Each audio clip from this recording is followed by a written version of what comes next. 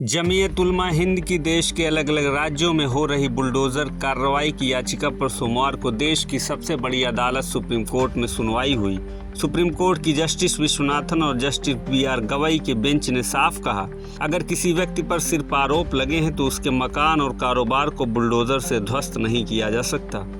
आगे supreme court ने यह भी कहा, अगर कोई व्यक्ति दोषी भी हो तो ऐसी स्थिति में भी बुलडोज़र की कार्रवाई नहीं की जा सकती।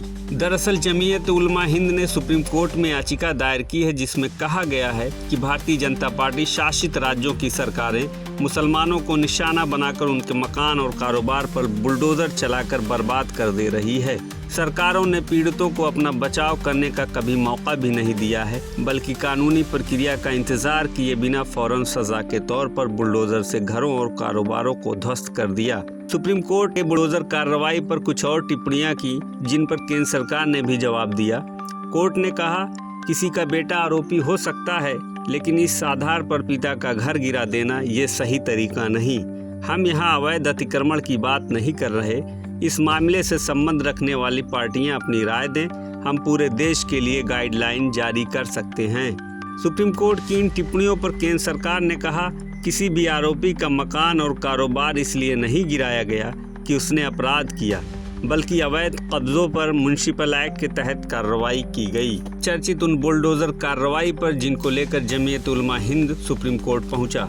बीते 21 अगस्त को मध्य प्रदेश के छतरपुर थाने पर पथराव के 24 घंटे के भीतर मध्य प्रदेश सरकार ने शहजाद अली के 20 करोड़ के महल को जमींदोज कर दिया था। शहजाद अली पर आरोप था कि उसने भीड़ को उकसाया था। दूसरा मामला जून का राजस्थान के उदयपुर का है। यहाँ 10वीं की कक्षा में पढ़ रहे 2 बच्चों में मारपीट हुई। रंजिश यहाँ तक पहुंची कि एक छात्र ने दूसरे छात्र को चाकू मारकर घायल कर दिया था।